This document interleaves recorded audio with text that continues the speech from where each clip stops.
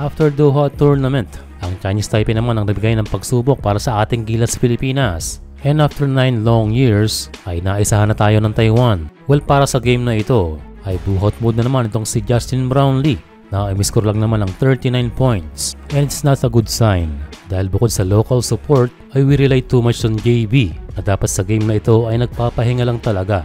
Ayon naman sa Chinese Taipei, na totoo na ito raw ang pinakamalakas na lineup ng kanilang team for many years. And malaking tulong na naging local itong si Galdiaga. Kaya tila dalawang naturalize ang meron nitong Taipei at naging effective ito sa ating Gilas Pilipinas. Kung titignan ang game statistics, ay halos lamang naman tayo sa lahat ng area. Pero isang bagay ang nagpanalo sa Taipei.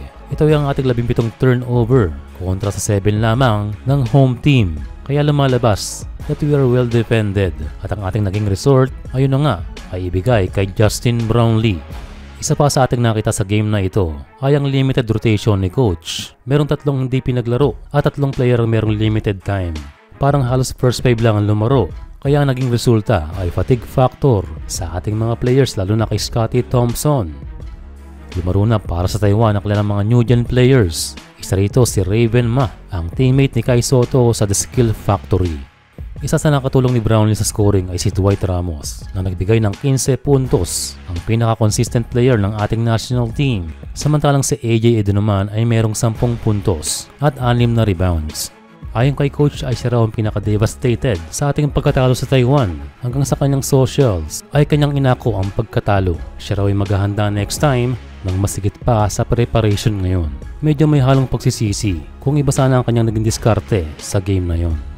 This time ay tabla na tayo ng New Zealand na maaari tayong mauungusan kapag tayo ay natalo sa linggo. Kaya napaka-importanteng laban o kailangan natin talunin ang New Zealand para sa mas magandang pwesto sa FIBA Asia Cup. Samantala ay marami nanghihinayang kay Kai Sotto. And ayon sa isang American commentator analyst, ngayon daw makikita ng mga doubters kung gaano kahalaga si Kai Sotto sa Gilas. Well, may point naman si Sir Josh dahil iba pa rin ang presence ng isang 7-3 sa ilalim na posibleng magbago sa atake at diskarte ng Chinese Taipei kung naandyan si Kai.